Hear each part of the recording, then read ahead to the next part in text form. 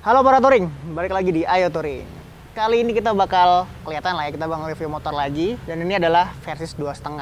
Apa masih bisa dibilang Versys 2.5 ya? Karena ada sedikit perubahan di bagian mesinnya.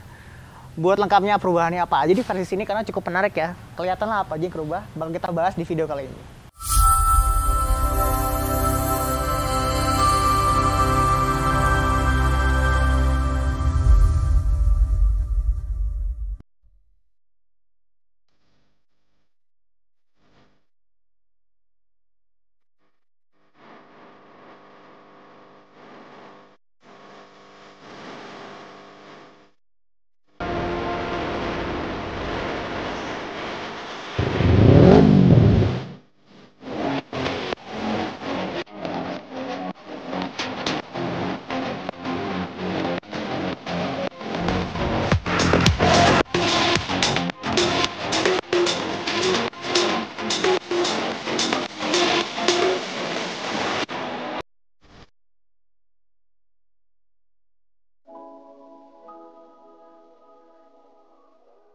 Versys 2.5, salah satu motor adventure entry level yang sekarang kayaknya cukup menarik buat dibahas karena ya ini pesaing dari salah satu produk Honda, CRF 250 Rally, dan kita pernah bikin kontennya juga dulu, itu udah dibantu sama Lingga yang pakai CRF 250 Rally. Waktu itu masih sewa tuh, dipinjemin sama Ripple. Beberapa bulan kemudian dia dapat dong beli CRF 2.5-nya. Ini Versys 2.5 depan masih sama, masih areanya di Bandung. Ini punya Om Mamai yang waktu itu Aerox udah pernah kita review juga. Nah ini jadi motornya lagi disiapin karena bentar lagi Om Mamai bakal ke Flores, lagi disiapin segala macam, lagi dibersihin, disiapin lah semuanya diservis supaya nanti ke Flores nggak ada kendala. Dan itu ngebonceng istrinya juga, jadi nggak cuma single fighter tapi sama istrinya nih. Jok belakangnya bakal ada yang dudukin, ada yang meluk dari belakang, terus ada yang ngajak ngobrol selama perjalanan. Nggak cuma diem aja tuh ngedengerin suara knalpot doang gitu. Jomblo. Sebenarnya motor sih ini kelihatan standar banget ya. Paling ada di sisi pertama kelihatan di windshield jadi smoke, terus juga ada handguard yang kelihatan pakai Bose juga bukan yang OM lagi karena kan yang 2.5X itu kan ada yang OM-nya ya bawaan dari Kawasaki dan itu kapasitasnya terlalu kecil sih. Dan ini diganti sama juga yang lebih besar dan itu semuanya akan kita bahas pada video kali ini. Paling coba kita bahas dari depan dulu aja kali ya. Yuk ke depan dulu yuk.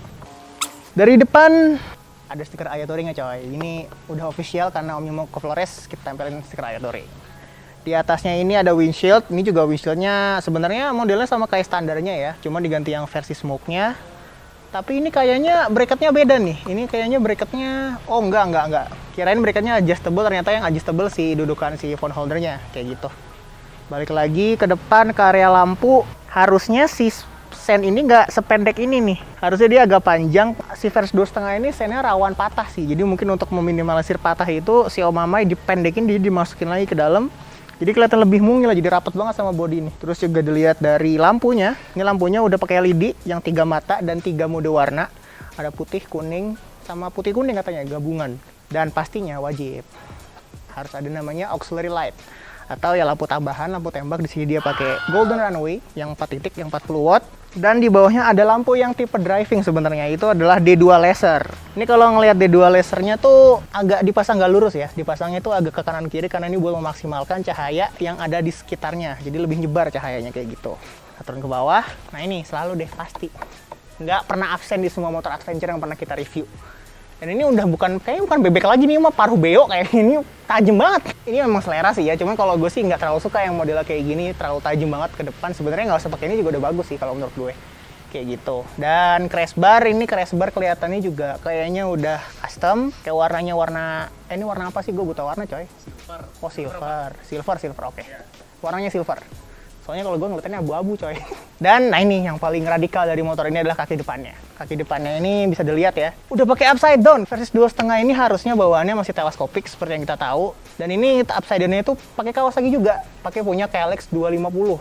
Jadi ini PNP, potong dan paksa seperti biasa. Dimana ini segitiganya juga udah diganti punya KLX juga, dan ya pasti banyak lah ubahannya di sekitar segitiga. Nanti kelihatan juga kok ada sedikit nggak pasnya di bagian kunci kontaknya itu. Sama seperti Aerox yang pernah kita review, si Om Mamai ini nggak pernah main-main sama bagian pengereman. Jadi ini kayaknya emang ciri khasnya Om Mamai ya, kalau pengereman tuh nggak pernah. Pengereman nomor 1, lampu nomor 2. Nah itu kata si Zul, pengereman nomor 1, lampu nomor 2. Nah ini bisa kita lihat, jadi Om Mama katanya baru ganti si cakramnya nih. Ini katanya minggu lalu apa ya? Kayak yang tadi Zul bilang, kalau Om Mama itu pengereman nomor 1, lampunya nomor 2. Jadi emang kalau buat pengereman ini kan buat motor berhenti ya, di mana-mana semua orang bisa ngegas tapi nggak semua orang tuh bisa ngendalin rem. Nah, jadi si Om Mama ini pakai copotannya atau limbahnya Moge. Katanya sih dengar-dengar ini dari limbahnya CBR 500. Ini bisa kita lihat nih, ini udah Tokicho, tuh merek Jepang pastinya, dan ini kayaknya biasa dipakai di motor-motor Jepang juga. Digabung sama selang rem yang udah racing juga, yaitu TDR. Dan nanti kita lihat deh, itu master remnya juga dirubah pastinya buat ngedorong si piston yang lebih kenceng. Dan ini udah yang floating, mereknya apa nih? Delcavic udah yang floating, jadi insya Allah sih lebih aman dalam buat meredam panasnya juga. Kayaknya pakai adaptor itu ya? Adaptornya kita lihat sih kayaknya sih iya ini pakai adaptor lagi sih kayaknya buat biar bisa masuk ke pelek standarnya. Terus juga kalau pelek standar sih bawaannya kan depannya emang kalau versi sudah 19 inci ya. Ini pakai bannya udah ban yang semi off road. Kita lihat pakai ban apa nih? Ban Pirelli. Pirelli-nya yang tipe apa ya? Scorpion kayaknya deh. Oh iya benar Scorpion. Pirelli yang Scorpion buat 19 inci yang ukurannya itu adalah 120/70. Cocok sih. Ini pakai buat emang ini bannya lebih ke off-road ya, kelihatan emang agak tahu, tapi buat di aspal juga masih gigit kok, masih enak. Ya dari depan kayaknya udah sih itu aja. Di sini juga ada tas tambahan buat naro-naro barang. Biasanya sih orang-orang naro chain loop, naro toolkit, ada kiri kanan supaya biar bisa ya bawa barang tambahan aja yang gampang diraih kayak gitu. Kalau pulsar sih ya ini bisa buat oli sih biasanya. Tahu sendiri lah kalau pulsar buat jalan jauh kan olinya nyusut mulu. Dari depan paling itu aja sih. Coba kita ke belakang nih biar apa aja yang udah dirubah di belakang. Oke para touring, kita sekarang beralih ke sisi belakang dari Versys bukan 2,5 sih, nanti kita bahas kenapa gak dibilang 2,5. Jadi di belakangnya pasti namanya motor adventure, selalu pakai box buat barang bawaan, karena kan nggak kayak motor-motor Matic atau motor lainnya yang udah ada bagasi di bawah jok, jadi kita butuh bagasi tambahan nih. Dan ini kalau dilihat, sebenarnya bracketnya sih kayaknya bawaannya dari Kawasaki sih, yang ini udah bawaan Kawasaki, cuman dirubah buat dudukan si GV trackernya ini. Jadi emang kita lihat di sini Om Mama meng-expand si box standarnya Kawasaki Versa itu kecil ya, kecil banget. Kalau buat perjalanan jauh kurang nyaman lah. Akhirnya diganti sama GV Tracker 33. Harusnya kalian tahu harganya berapa, ini search aja lah di Google ada. Terus buat top boxnya tapi nggak pakai GV Tracker nih, cuman pakai namanya Pelican Box. Pelican Box ini sebenarnya familiar dipakai sama orang-orang film buat nyimpen kamera, buat nyimpen peralatan syuting lah, itu supaya nggak lembab. Karena nanti coba sini lihat. Di sini ada namanya, ini ada hygrometer, gimana hygrometer buat ngelihat kelembapan yang ada dalam boxnya, kayak gitu. Bukannya gimana tinggal gitu, buka, tara, berantakan sih. Dan ini sebenarnya udah cukup sih, udah cukup banget buat bawa barang-barang, karena atasnya rata nih. Jadi bisa ditambahin duffel bag lagi nanti kalau misalnya kita masih kurang lagi, kayak gitu. Kayak punya siapa Pak? Kayak punya Lingok ya?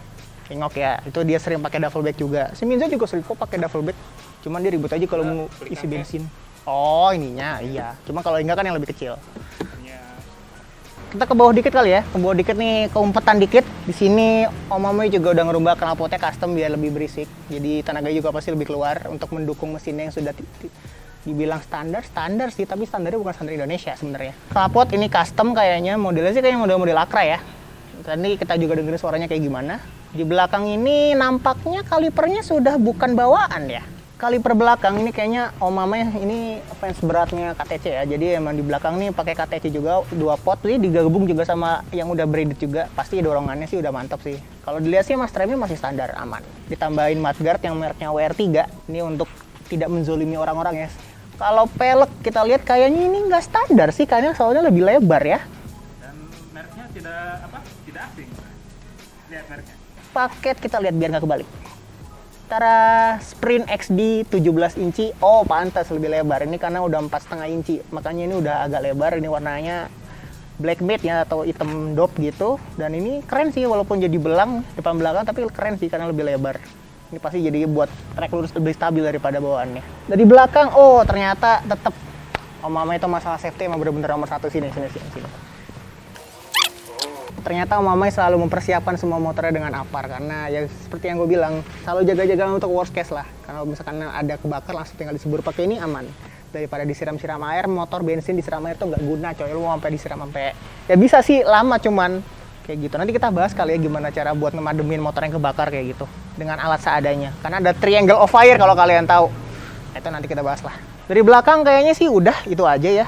Mungkin sekarang kita bakal bahas mesin. Yuk kita bahas mesin. Dari mesin, tadi kan gue selalu bilang ya dari awal ini dibilang face 2,5 bukan, tapi dibilang standar, ya standar. Tapi karena standarnya bukan standar Indonesia. Ya seperti kalian tahu lah kalau misalkan di luar negeri itu nggak ada Ninja 2,5, nggak ada versi 2,5, tapi adanya Ninja 300, versi 200, versi 300 juga Ninja 400. Nah, Om Mama ini udah ngerubah internal mesinnya jadi yang 300 cc. Jadi emang tinggal plug ketiplek, kirim mesin dari ekspor dari luar, langsung pasang, plug-plugan, nggak perlu ribet. Jadi PNP-nya PNP beneran nih, bukan potongan paksa, emang tinggal plug and play, kayak gitu. Nah, jadi kalau misalkan 300 cc pasti ini nafasnya akan lebih panjang sih, karena kan kalau mesin dual cylinder itu karakternya emang mainnya di RPM atas ya. Kalau buat RPM bawah emang agak lemot, tapi buat cruising jalan jauh, buat jalan lurus itu pasti enak banget. Nantilah kita coba gimana impresinya pas dibawa di jalan. Kalau mesin sih upgrade-nya kayaknya itu. Oh, ini nih, ada. Kalau kata si akangnya mah, pangki. Bukan pangki, ini namanya skid plate guys. Jadi skid plate ini buat ngelindungin mesin kalau misalkan kalian main off-road. Terus ya kan namanya ground clearance, kita nggak ada yang tahu ya off-road ya kan, naik turun. Kalau misalkan mentok batu, mentok dahan pohon, atau mentok apa ya, mantan yang lagi tiduran gitu kan, nggak sengaja. Ya udah pakai ini jadi mesin aman dari goresan dan dari kebocoran. Atau nanti bisa kalian lihat nih, ada orang luar, ini Instagram bisa dilihat nih, pakai KTM. Udah pakai skid plate aja pas manuver masih pecah blok mesinnya. Nanti di videonya ada di gua cantumin kayak gitu. Terus juga ini ada, ini kayaknya yang bawaan nih, ini skid plate ala-ala yang bawaan, undercoil ya. Ada motif karbonnya juga, dan ini ada ya dipasang pelindung lah supaya melindungi sepatu kesayangan Anda kalau nyongkel kayak gitu. Oh iya, dan untuk mendukung si mesin 300 cc-nya itu, ini juga udah di remap acunya supaya lebih kenceng. Mungkin itu aja sih dari mesin, nggak ada lagi yang dirubah. Dari Crashbar juga udah dibahas, mesin udah dibahas. Paling sekarang kita coba ngeliat gimana perstangannya, kita lihat dulu ya. Kokpit pas lagi di jalan. Oke, kita coba. Wah, ya muter adventure, PW. Lebih PW dari Pulsar juga sih sebenarnya. Ini kakinya karena lebih ke depan sih, kalau Pulsar tuh di sini di Pulsar. Jadi masih agak kayak ala-ala underbone. Nah, buat kokpit, speedo masih standar, bracket juga masih standar. Di sini ada phone holder dari Motowolf, dan ini udah ada chargernya belum? Oh, nggak ada. Charger dari sini kayaknya. Oh ya benar. Charger dari sini. Dan ya ini bisa kalian lihat dua handle si kopling dan handle remnya sudah tidak standar lagi. Ini kayaknya sih ala-ala Akosato ya, tapi nggak tahu mereknya apa. Ini ada racing, dan ini asli sih enteng banget nih. Kelingking. Shoo, enteng banget coy. Dan juga karena versi udah sleeper clutch juga sih, jadi emang udah enteng, tambah handle yang kayak gini ya makin enteng lagi. Terus di sini pertombolan masih standar, nggak ada ubahan. Oh, ada ubahan di sini. Di sini udah pakai engine cut off-nya KTC plus, dan juga ini adalah gas spontannya KTC. Jadi nggak perlu bucik dalam-dalam, langsung udah gaspol.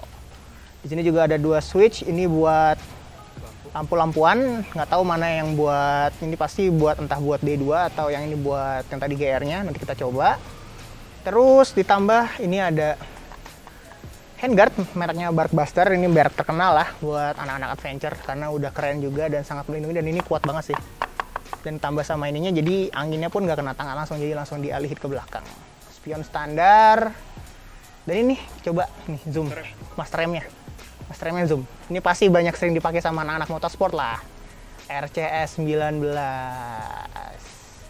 Jadi kan tadi kan udah lihat kan kalau kaliper depannya itu udah pakai Tokicho, copotan Moge supaya biar bisa mengakomodir tekanan yang kuat. Ya master remnya juga harus dirubah pakai RCS 19. Dan ini juga cukup enak kok, empuk banget rasanya. Nanti juga kita coba gimana rasa impresinya. Stang masih standar, dan ini segitiga. Yang tadi gue bilang segitiganya ini udah ubahan juga. Jadi kayaknya ini punya KLX 2,5 juga. Makanya di sini tuh kan agak dipaksa ya. Jadi nggak pas tuh si kontaknya. Tapi masih nyantol sih, ini udah ajek juga, udah diem. Udah sih kurang lebih dari stang juga itu. Sekarang kalian pasti penasaran sama suaranya kan? Gimana suara versi 300? Mari kita coba dengarkan suaranya.